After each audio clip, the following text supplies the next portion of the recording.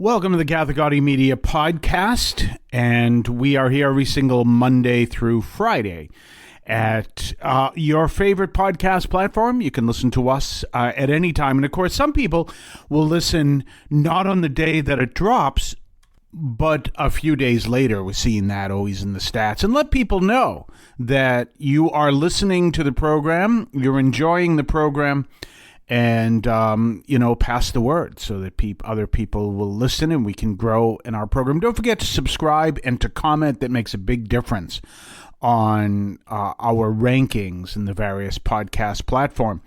So, definitely, if you'd like to comment, that would be great. And definitely subscribe. So consider that. Well, anyway, we have today a reading that is one of the great mysteries. And I actually decided to check out, which I use anyway, Dennis Prager's Rational Bible series from the Book of Numbers. In today's reading, it's a famous reading of what is known as Meriba. And this is one of the places you'll find it throughout the Bible. This is where God and his people had a major falling out. Falling out isn't the right word, because obviously they didn't permanently turn away from the Lord. But there was a great dispute there. And the fruit of the dispute was that Moses could not enter the promised land. Now, if you know the story, then what simply happens is the people are complaining, as they continually do. And in their complaining, they need water. And we see a scene where, and I think this might be in the Ten Commandments, we see a scene where Moses, in working with Aaron, he hits this rock twice, and in hitting the rock twice, water comes from the rock, and he's done this before. And now the people receive the water. So what went wrong? And a lot of people assume it was the way he hit the rock. Other people assume that he hit the rock twice, therefore. And the fact is, it's always been a mystery, and it doesn't make a lot of sense to a lot of people, including looking on the surface myself. It's like, what did he do wrong? Because remember, the issue wasn't, well, Moses, you shouldn't have done that. Please don't do it like that again. It was, because you did that, you will not enter the promised land, which is the whole journey of what he's been doing. So the obvious question is, what did Moses do wrong? Well, looking up the Rational Bible series, because, there are all kinds of Bible scholars out there, but I really do appreciate the words of Dennis Prager. And I know Dennis Prager is very political. He's a kind of a political hot button in certain places. And people make false statements about him because they don't like him. They don't like Prager University. I don't care. I want to know the answer to this question. And I checked out what Dennis Prager said, and I appreciate his biblical scholarship. I can check others as well, but I think he gives a very, it's a Rational Bible series, a very reasonable answer. One of the things you have to understand, and this is always important, remember, God is God, and you are not. Okay? Always keep that in mind. God is God, and by the way, if you haven't figured it out right now, you are not. And the reason why that's important is because as a human, you will respond to things from a human level. It reminds me of when I was in the Navy. Granted, this is going to sound like a completely unrelated example, but stick with me on this, will you? Stick. We'll get through this. Okay. A friend of mine bought, we were new in the Navy. Of course, you get paid a decent amount of money. And he bought himself a truck. And, he enjoyed it. It was a truck. It might have been like a Toyota pickup or something like that. But it wasn't it wasn't like what's an F-150 or F-250. It wasn't a Ford or anything. But it was a small pickup truck.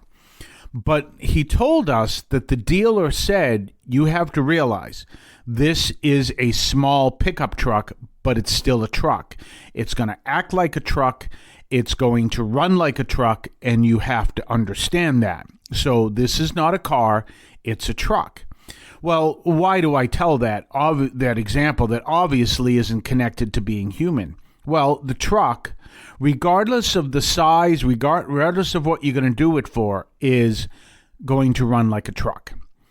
We are humans. We are going to act like humans. We're going to hear like humans. We're going to process information like humans. We're going to have a relationship with God like humans and nothing else. So, our whole thing is that we are humans. And remember, what is the thing that Jesus tells his congregation when he's speaking to them?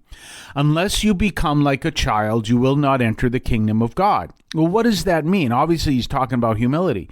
It means something very simple. Unless you recognize that God is the Father and you are his adopted child and live like that, you're never going to figure this out. You're never going to figure this out. So you are called to accept the kingdom of God like a child, because that is more like who you are as human beings. If you decide, remember, what's the first temptation? You will be like gods. So if you decide, oh no, I am like a god, therefore I will understand this like a god, and we've met people like that, you're never going to get it. And this is part of the issue, according to Dennis Prager. It's a really great understanding.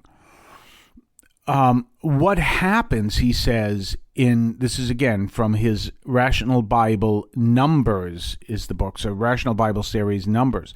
From this passage, he says, if you look at verse 10, and then I went back and looked it up, and that's part of the reading, he doesn't say Moses doesn't say God will bring the water for you. It says Aaron and I will bring the water. And what Dennis Prager says is that brings forth the great danger of Moses being deified. Okay, that's the great danger. Moses and Aaron are like gods.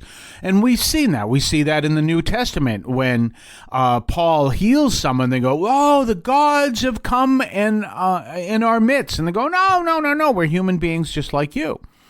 And that's in the Acts of the Apostles. So the danger here, according to Dennis Prager, is that the people will start to understand Moses and Aaron are like gods. Now take it to another step. Dennis Prager doesn't say that, but we can look at this. Okay? Everything is God will do this for you. But remember, the Israelites are complaining. So it's like, well, they're complaining. They're obviously complaining to Moses and Aaron. And they say, we will bring water. Well, where's God in that equation? Not there. Now, granted, he's the one that brought the water, bringing water from a rock. But he's not there in that equation when they say, well, we'll bring water. Well, then why do we need God when you can do it? Do you understand? And that's, according to Dennis Prager, the worry that is there. That the people will deify Moses, and Moses will seem to be in them like a god. Well, he gives an example of that, the Pharaoh. But we can see more example of that. We can see the example of the emperor, the Roman Empire, which is obviously millennia after this. The emperor. We can see that obviously in Paul and Silas. We can see that even in our modern day. The absolutely perfect, according to the people who are subject to his authority, the absolutely perfect, and obviously I don't believe this, just for the record, dictator of North Korea. Remember, every time he goes golfing, he gets a hole-in-one in every hole because he is so good at golfing. That's one of the things they teach. He is just this wonderful thing. Well, that's the danger of deification. because now everything switches and people change their focus. So the reason why Moses is not allowed into the promised land, according to Dennis Prager, is not so much as a punishment to Moses, it's to prevent the people looking upon Moses as a god. This is important. It's really key, because who is our God? God is our God. Okay, fine. Therefore, the source of all is God. But what happens when we take God out of the picture? Then we find another God. This is the reality. And that's something I've said, when you see atheists speak, we don't have to believe in God. Then here's the thing. People will deify someone or something. Who are they going to deify? And that's the way things were. And you can see that in North Korea, but you can also see that other places throughout history. And so this is the reason why it's so important. Now, one of the things we're deifying now, science. Listen to the science. And people are raising questions about that because they say, remember, the whole reality of science is not that you listen to it, is that you challenge it. And it's the science that breaks through challenges that is what you accept, but you challenge it. But again, you got that same similar mistake, that whole idea. Well, listen to the science. Well, wait a minute. How challenged is this science? And if the science isn't challenged, then do we listen to the science? And that's the whole issue that came out of the COVID area when people say, I represent science. There used to be a great series on National Public Radio.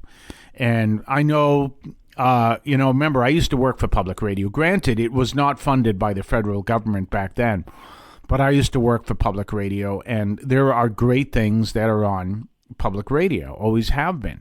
You may disagree with their news, but you can't disagree with their jazz. As a matter of fact, I'm not going to mention his name, but the nighttime host, one of the nighttime, I think he's weekends, I've heard his voice a few times, on WGBH, is someone that I worked in radio with back in public radio. He had his start over at, I don't think he'd mind if I say that, the University of Massachusetts, Boston. And I hear his voice all the time. When I'm listening to GBH jazz, so you may disagree with their news, but that doesn't mean you have to disagree with their jazz. Well, there used to be a great program, and we're going to talk about that show on the other side of the break, that talked about science. So we'll be right back right after this. You can now leave a message for us, which we can air and discuss on this program. Just call 617-297-7452. That's 617-297-7452. 617-297-7452. Feel free to call, leave a comment, a question, or even feedback, and we may play it on the air. I can discuss your comment or question as well, so give that a try. 617-297-7452, 617-297-7452. Don't forget to subscribe to us on Patreon. Patreon.com/Catholic Audio Media. Patreon.com/Catholic Audio Media. Check us out. Check what we have to offer. Previews of upcoming podcasts. Previews of upcoming columns over at catholicaudiomedia.substack.com. Your ability to comment, make suggestions, even make suggestions in upcoming programs. Check us out. Patreon.com, Catholic Audio Media. And don't forget, this is a great time. What we do now is that you hear previews, the actual program ahead of time. It's kind of like a soft opening. So, in a store, you get to go to the store. It's fully operational, works, everything works fine. It's just no one knows it's open yet. Well, that's the same thing. So you can say, well, I hear there's going to be an interesting guest. And if you are part of the Patreon page, you may have actually already heard the interview, because I put them there first. And then when they are scheduled to drop on the podcast platform, you can hear them. And by the way, if you go to the Patreon page and you subscribe, then you can also make comments. Hey, Father, did you happen to notice this? Or did you like this? Or, I don't know if that's going to work out too well. And you can do that. And that means that's the reason why it's over in the Patreon page. I may change it before it drops on the actual podcast, and I may change it because of what you said to me. So keep that in mind. You become like a producer. So there you go. And just keep that in mind. Well, and anyway, as we were talking about before the break, National Public Radio used to have a parody of science that came from the Duck's Breath Mystery Theater, which I don't believe it's still around. But they may do occasional reunions and stuff like that. And they would do comedy routines similar to some of the other groups that would be through the history of radio. National Lampoon's Radio Hour, which had several albums out. You had several other groups. You have Procter and Bergman was another one. But anyway, you had Duck's Breath Mystery Theater. And by the way, maybe I could throw someone else. Stiller and Meriba, Ben Stiller's parents, where you know Ben Stiller's father, the late Jerry Stiller, for his role in Seinfeld, but he and his wife, of course, Ben may not have been born yet or may have been extremely young, used to do this routine that was great, the two of them, and they also did an advertising for Blue Nun. And anyway, if you can catch any of those. But these were different comedy groups that would come together and do comedy. Well, one of them was Duck's Breath Mystery Theater. And they did a thing called Ask Dr. Science. And they would do that to kind of have fun with science. Because this is the whole thing. We believe in science. Science is important. But we don't want to deify science or the scientists, which is what happens when you have, well, listen to the science, follow the science. Because the problem is, if you follow the science and the science is untested, which is the whole point of science, it has to be tested. Just because someone says, well, I think this is the way it seems to go, or this computer seems to say, and it hasn't been tested, it can go down these very dangerous paths, especially if we deify science and the scientists. So Duck's Breath Mystery Theater with Ask Dr. Science used to kind of spoof that general idea. And I don't remember them all. You'd have to look them up. Look them up on YouTube and other places. And one of the things that I definitely remember is they asked Dr. Science if you have to patent a cow in order to have patent leather. And he said, no, you merely have to copyright the cow. And what you can do is you put the cow into a package, you mail the cow to yourself, and then you have, however it was very funny. And that's how you can, so you don't need to patent a cow to have patent leather. So you could copyright the cow. Well, obviously it was done in humor. And one of the things he used to say is, because remember, Dr. Science is not a real doctor, and he would say, I have a master's degree in science. Now, you do realize you cannot really get a master's degree in science. And we say, well, yeah, but you can get a master's in science. Yes, that's what it is, an MS degree, or a PhD is obviously a doctorate, but you can have in science. But you get a Master of Science degree in a particular science. So when you say, well, he's a scientist, well, guess what? He could be, and this happened a lot. This happens a lot in science. He could be a physicist. Well, wonderful, but he's not going to tell you anything about biology. And you could say, well, he's a physicist. He knows your hand is hurting or hurting you. Why don't you go ask, Dr. Jimmy Jones? And you go see Dr. Jimmy Jones and you say, my hand is hurting me. And you go, oh, let me check it out. And then says, wow, this is what I think it is. And then you find out he's got a degree in physics. He doesn't know biology. He doesn't know biology any more than you do. Right? But he's a doctor or he's a scientist. Therefore, he must know everything. No, he doesn't. He knows physics. He doesn't know medical stuff. So this is the danger of deifying science. and that's what they used to joke around about. He has a master. Remember, he's not a real doctor.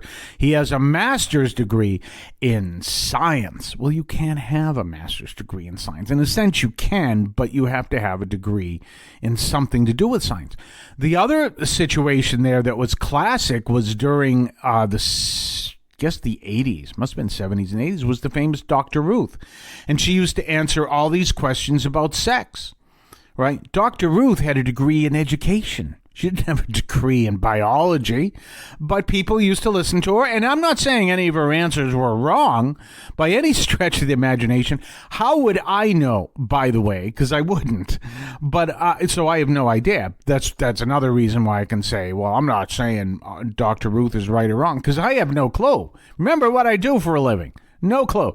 So in any case, Dr. Ruth had she was a doctorate of education. So that kind of deification comes along all the time. And when we look at this deification, we understand it. We can understand this is what Dennis Prager says is this passage is all about. That if people turned around and understood that it wasn't God who brought forth the water, but it was Moses and Aaron, now you've deified Moses and Aaron. And now you have the problem of deification. And that changes everything. Again, I know I've talked about it here, but in Massachusetts, we have the Boston Museum of Fine Arts. It's called the Boston Museum, right? My teacher in art in the seminary, Father Jerry Dorgan, a great guy, and he would say that, we call it the museum. We don't, it's the Museum of Fine Arts. We call it the museum. So he said, don't be gauche. He was joking with the accent too. Don't be gauche. And when someone says, oh, it's at the museum, say which one? Because when you say the museum, it actually means the Museum of Fine Arts here in Boston. And I think it's a finer museum than the Met. That's my personal opinion. But as we go along, I wanted to point something out to you. Remember the whole thing about the Pharaoh Akhenaten. Pharaoh Akhenaten, who believed in one God, and he was not the God. He believed in one God, the sun god, changed the economy completely. And he became such a thorn in the side of the Egyptians that he was buried in kind of a hidden away place. And at the same time, as soon as he died, all the things that he put into place were undone, because he caused such an upheaval in his society. And remember, the pharaohs were considered gods. The emperors were considered gods. So again, go back to that principle. Humans, this is the way humans act. If they can find someone who they can consider a god, they will. And so the danger is, according to Dennis Prager, that people would look upon Moses and Aaron as God, and they had to be focused on God as God. Because the minute that focus changes, then our humanity changes not for the better. Earlier in the week, you heard me with my interview with Elizabeth Nguyen, and I'm sorry, I have to say, that story of Cardinal Tuan was a very powerful story of God working through Cardinal Tuan and strengthening him in a very painful time. But you have to realize, you see a world without God has the potential to become intensely evil. We've seen that with Mao. We've seen that with Pol Pot. We've seen that with Hitler and Stalin and, Kim Jong-un and everything else. Humanity without God has the potential to become intensely destructive. So it's important that everyone has a focus on God. Otherwise, humanity has a potential to become intensely evil and destructive.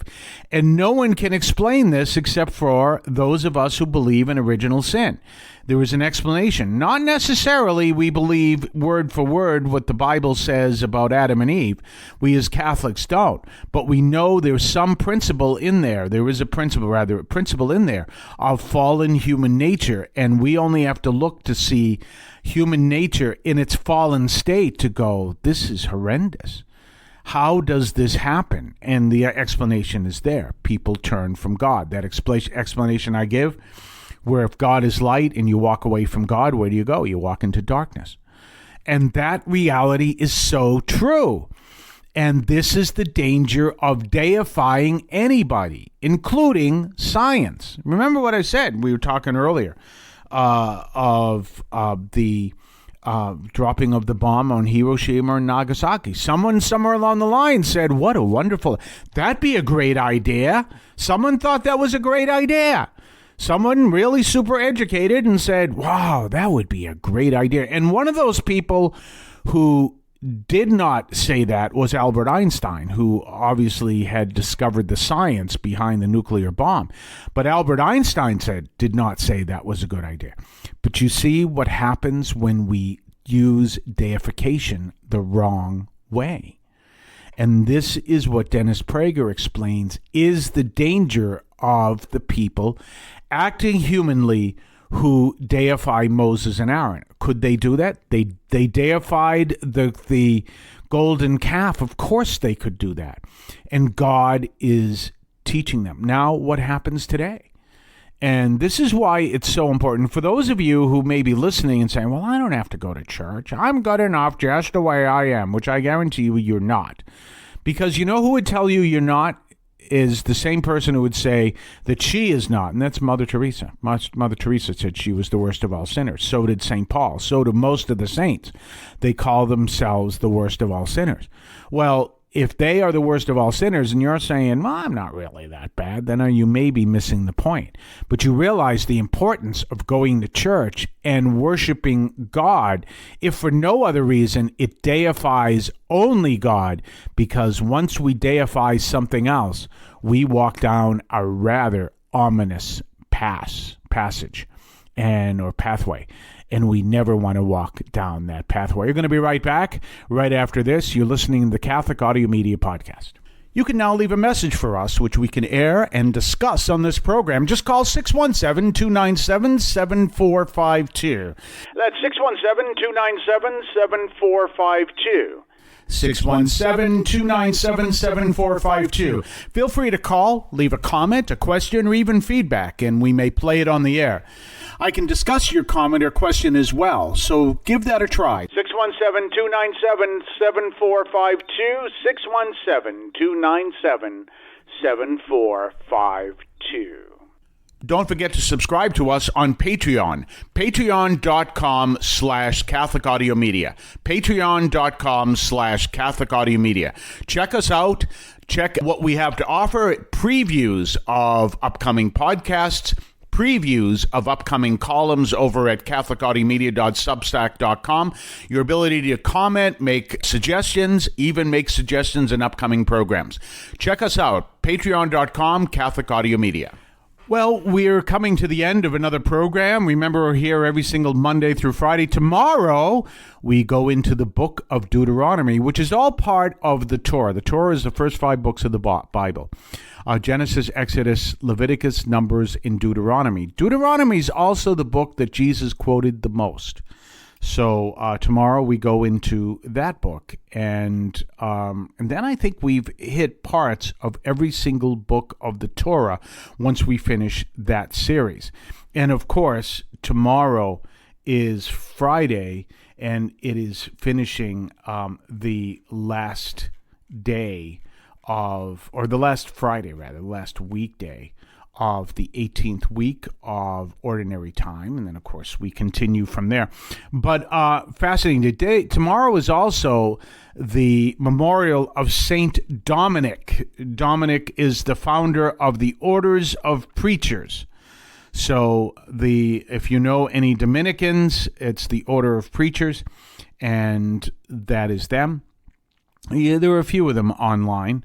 And so anyway, probably their most famous member was, in fact, besides maybe Saint Dominic, was in fact Thomas Aquinas. St. Thomas Aquinas to you, buddy boy, but St. Thomas Aquinas. And there are Dominican sisters too, so just know that. But tomorrow is St. Dominic. He is the founder of not the Dominican order, but the Order of Preachers. OP. O.P. We'll be back tomorrow. Have yourself a blessed day, and we will see you then.